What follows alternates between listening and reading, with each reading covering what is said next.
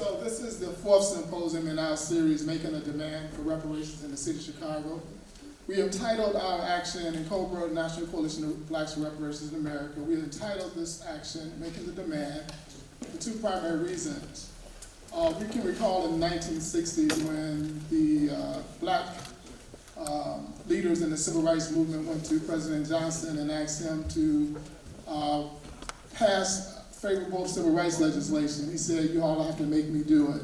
Meaning we had to organize in such a way that it made it impossible for him not to pass the legislation. And so that's the make part. The demand part comes in when Frederick Douglass told us that power conceives nothing without a demand. It never has and it never will. And so if we're going to have reparations here in the city of Chicago, we have to push forth a concerted effort, an organized effort, which we're calling Making the Demand. A demand is a claim. One of the definitions for a demand is a claim for what is just, what is owed, what is due. So when we say we're making a demand, we're saying we're coming forth in an organized effort to put a claim forward to the city of Chicago for what is owed to us, what is justice, what is due. Because we know that here in the city of Chicago, they had the policy, some of the policy was very culpable in the injury that we suffer from today. And so we're totally clear that this particular municipality has an obligation to assist in the healing and repair of people of African descent in this city. And so we've organized our efforts to do that. These symposiums were sponsored in part by, along with Cobra, Dr. Willie Wilson, Reverend Dr. Willie Wilson, who brought together a group of elected officials to stand with him and put forth legislation. In the city of Chicago, that legislation, or that elected official was Alderman Ross Sawyer. And he's here with us today, and we want to pretty much definitely thank him for heeding the call and put forth this legislation. So if you can applaud Alderman Sawyer with me. Exactly, appreciate exactly. Those of us in the reparations movement know that there cannot be any governmental redress if it's not for an elected official who wants to take up the mantle and put forth the effort and actually introduce legislation. It's not going to happen without an elected official who's going to carry that legislation forward. And so Alderman Sawyer stood up at the call of Dr. Willie Wilson, and we're certainly glad he did. Also here with us in the form of elected officials, Alderman Kappelman of this particular ward. And we want to thank him also for being here and also co-sponsoring this event here on the north side. This is a citywide ordinance. Yes, definitely giving that to Alderman Kappelman. This is a citywide ordinance, and we are going to need a proportion of every part of this city to stand in agreement that this is what is needed and what is necessary. The first three symposiums, two held in Chicago and one in Waukegan, they focused on the why, on the, we were basically trying to educate what we were doing with the legislation, with the effort of proposing legislation. And we think we did a pretty good job of that. Now we're moving to the area of what we call assessing the injury. This fourth symposium, which is our first effort at that, will focus on the injuries in the areas of health, housing, and trauma. Following symposiums will focus on economic development, education, and the criminalization of our communities via the war on drugs and mass incarceration. We'll look how those what we call crimes committed against African people have an effect today. And so this first effort at assessing our injuries, we have a panel with us today, a stellar panel with us today who's going to speak on those issues. But before we bring them up, we want to have words from Alderman Sawyer and Alderman Kappelman. If they can just come up and in that order, we definitely want to hear from them. Thank you, Alderman Sawyer.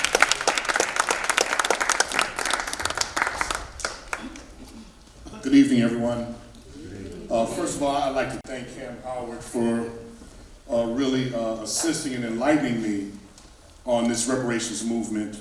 This is something that when we were first working on this, and I have to be honest with you, and I want to thank a couple other people in a second, but when we our first draft of this, and I kind of laughed to myself about it, but as we were trying to figure out how we put this together, we had a first draft, as you always do with things like this. And I brought it to Cam, we looked at it and we were like, well, we're not sure.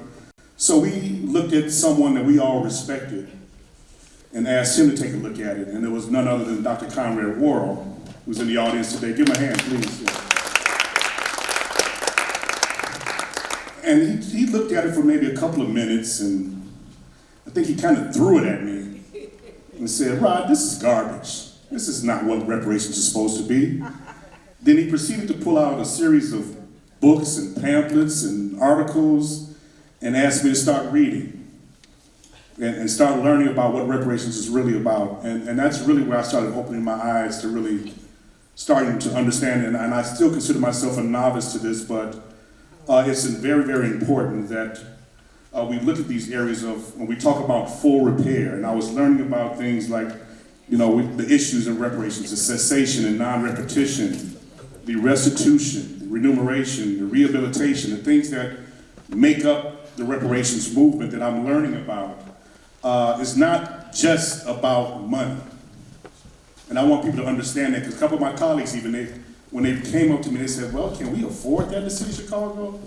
And it was my position that we can't afford not to do something to cure the repair. That's right. The ills that descendants of enslaved Africans have been inflicted upon. We have to start working it, and I understand that the big monetary portion would need to be a federal effort. I get that. I don't think anybody is not looking at that, but how about an acknowledgement of what wrongdoing? How about a my bad? Okay. I'm sorry. Have we gotten that yet? No, we haven't. So I'm just saying there's certain other things that we can start doing on a local level to start pushing the conversation towards reparations. And I thank you all for coming to do this.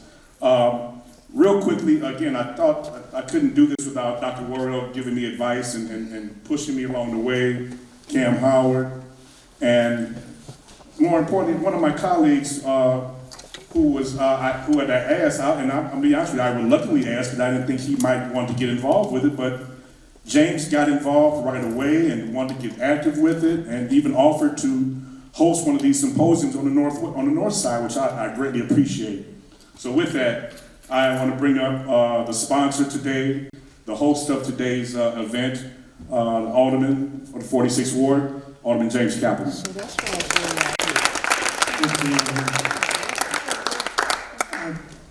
Back in 1991, I was working on my master's in social work, and we were talking about racism.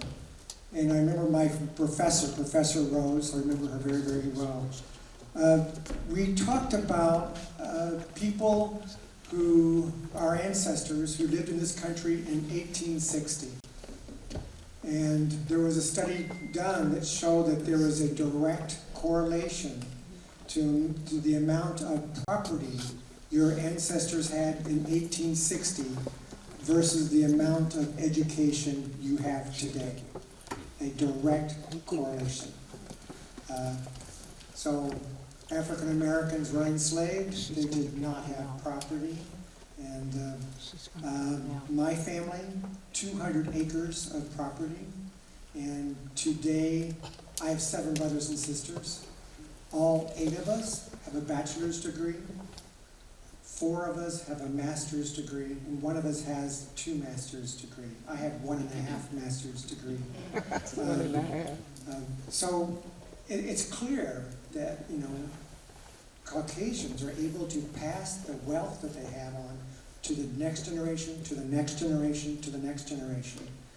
African Americans don't have that chance. And it's very clear, especially if you look at the south side and west side of the city.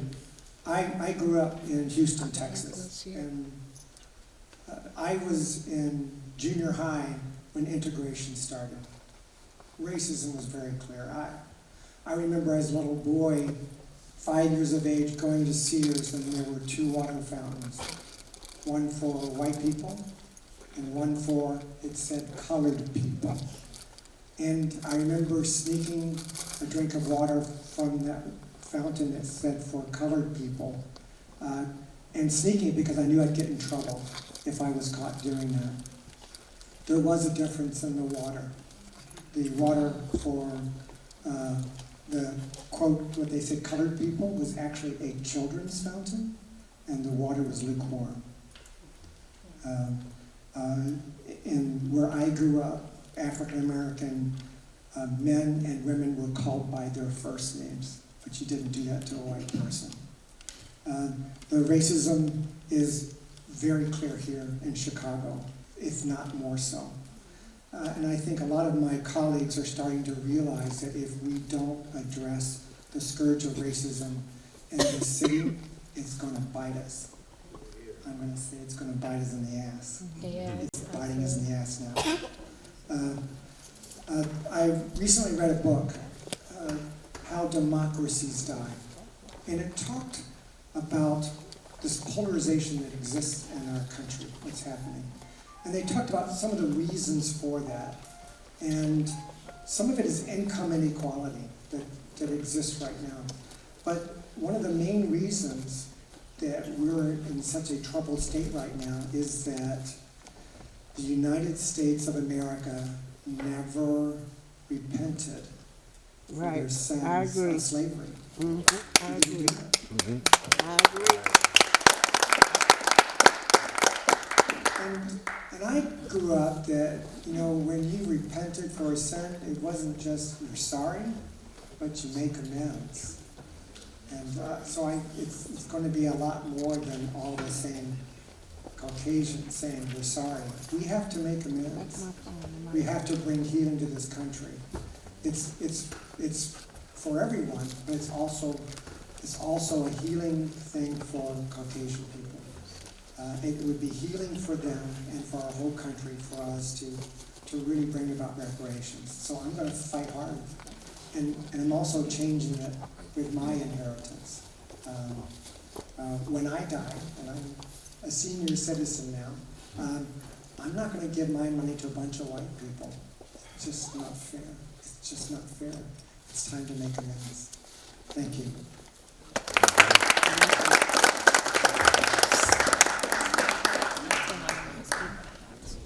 Yeah. Thank you, Alderman Kappelman, and thank you, Alderman Sawyer. I kind of move things a little bit quick.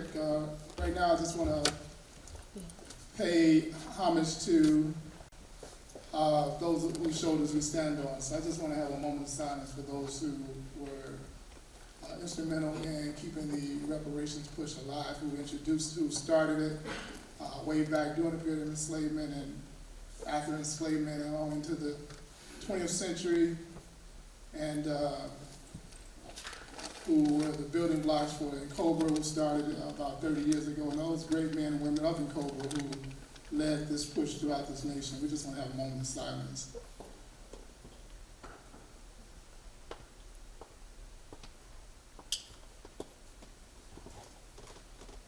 Thank you. As I started out earlier, I was saying how this new push for reparations in the city of Chicago had a great benefactor in the person of Dr. Reverend Willie Wilson, who decided that this was something that he wanted to use some of his wealth to champion. He had been using his wealth in the areas of helping brothers and sisters get out of the county jail who were in there for minor crimes but couldn't bail themselves out. So he bailed out hundreds of young men. He used his wealth to help seniors who needed help in paying their property taxes. And so he said, after seeing the presidential candidates debate on television and the issue of reparations came up, he decided that that's where he wanted to now direct some of his resources. And these symposiums and this legislation that's being introduced in the city of Chicago that has passed, has been submitted to the Health and Human Relations Committee to come up with an ordinance, and one that will be introduced in the state of Illinois on Wednesday of this week. Dr. Willie Wilson has been a key contributor to that. And he's not here today, but we want to have ask Beatrice Boyce to come down, who has been working closely with Dr. Willie Wilson on that on this behalf.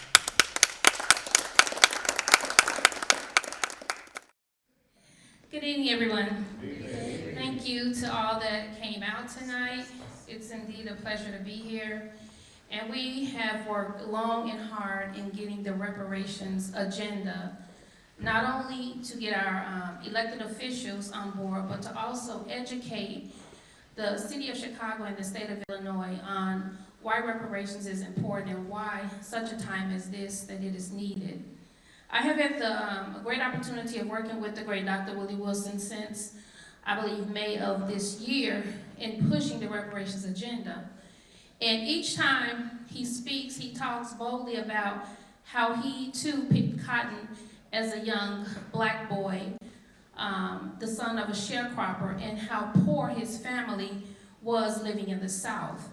He also talks boldly about his journey in his book of how he escaped from the South at the young age of 13 to make a living for himself. Long story short, he became the owner of McDonald's franchise in the city of Chicago, and now he owns a multi-million-dollar medical supply business to the tune of $60 million a year. And that deserves a handclap. So Dr. Wilson took his hard-earned money, and he has been pushing this reparations agenda. Many of you may have heard the television, heard the radio commercials. You may have seen the television commercials. Hi, I'm Dr. Willie Wilson. I'm introducing a reparation bill for the descendant of slavery in Chicago, Cook County, and Illinois. This bill is intended to assist African Americans that are trapped in poverty. As the great civil rights leader, Dr. Benjamin Mays said, "It is not a disgrace to not reach the stars, but it is a disgrace to have no star to reach for." Help me support this bill by calling your alderman and your state representative. Thank you. A lot of you may see signs in the different communities with reparations on it. He's worked very closely with, in Copeland, he's worked very closely with an organization that I'm a part of, A Few Great Women, and making sure that we're strategically on the ground, making sure that the message get out, and constantly badgering our local officials with phone calls and emails to make sure that we can get their buy-in. And I just want to give you a quick update on the reparations as it relates to the state of Illinois.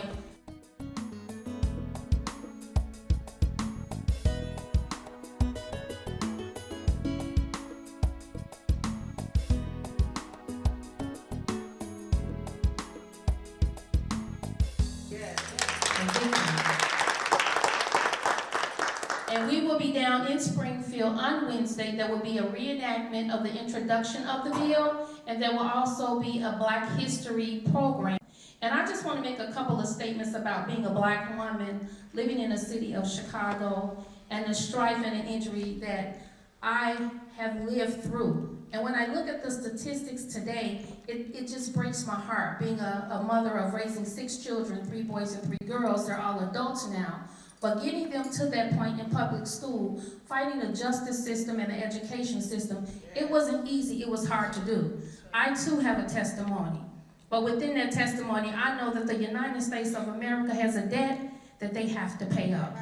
When you look at the circumstances of blacks in the state of Illinois, the city of Chicago, and across the nation, we have the highest poverty rate, we have the highest incarceration rate, we have the highest abortion rate, we have the highest divorce rate, we have the lowest home ownership rate, we have fewer educational opportunities, and I can go on and on. We're stigmatized, and we're treated the worst in the justice system, and none of this happened because of who we are. It's happened because of what happened to us by white America. And thank God that they are finally owning up to it, that they have harmed us to the tune where it's hard for us to catch up with them. They start at the finish line, and we start 20 miles back. How in the world can we ever catch up? unless they identify the injustice that they have caused us and do something about it through legislation. So I'm glad to be a part of the reparations agenda.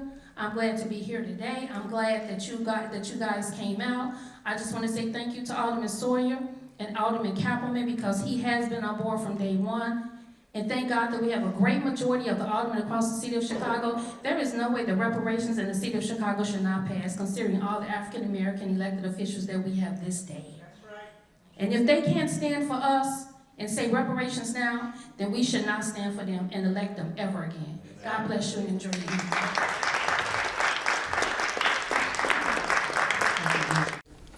We are able to call the transatlantic slave trade, slavery, Jim Crow, American-style apartheid, police terror, subprime lending, mass incarceration. We are able to call these actions crimes because in 2001, through a global push that took place in Durban, South Africa, that was sponsored by a World Conference Against Racism, Xenophobia, and related intolerances, that was held in Durban, South Africa, that was sponsored by the United Nations Human Rights Commission.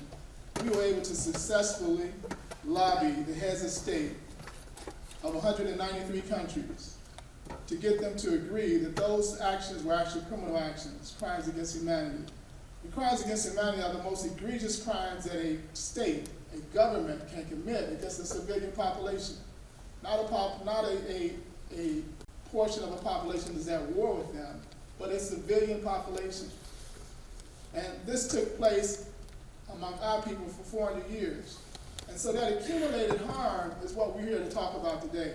And it's very important that we talk about accumulated harm because in 2005 there was a federal lawsuit that was consolidated here in the city of Chicago. There were about 7 lawsuits that were filed from 2000 to 2002.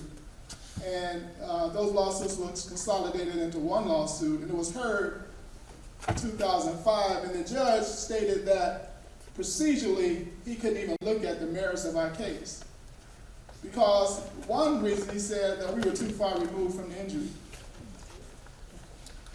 We weren't the ones who were enslaved, nor was it our parents, nor was it our grandparents. We were too far removed. And he also said the statute of limitations had ran out. It's another reason. You have 6 years before once you found out you've been injured, to bring a case before the federal courts, or the what is called the statute of limitations, that time frame has ran out. But as I stated in 2001, the world community stated that enslavement, the slave trade, colonialism, apartheid, in the 60s our brothers and sisters said that we lived in these urban cities, they were ghetto colonies. The same thing that was taking place on the continent of Africa and around the world, where third world people were, their socioeconomic and political structures were rearranged in a way that benefited the mother country. The same thing was taking place in urban cities in America, so they called them ghetto colonies. So colonialism, apartheid, enslavement and the slave trade were crimes against humanity. And crimes against humanity have no statute of limitations. And so if it happened 400 years ago, and those entities are still in existence, they're guilty today. If it happened 200 years ago, and those entities, governments, corporations, institutions are still in existence, they're guilty today because they have no statute of limitation. And what you'll hear from today from our panel is that you'll see that we're not too far removed from the injury. We're living the injury right here, right now. And you're going to hear about that with the panel that we brought together in the area of the general health of our community, housing, and trauma.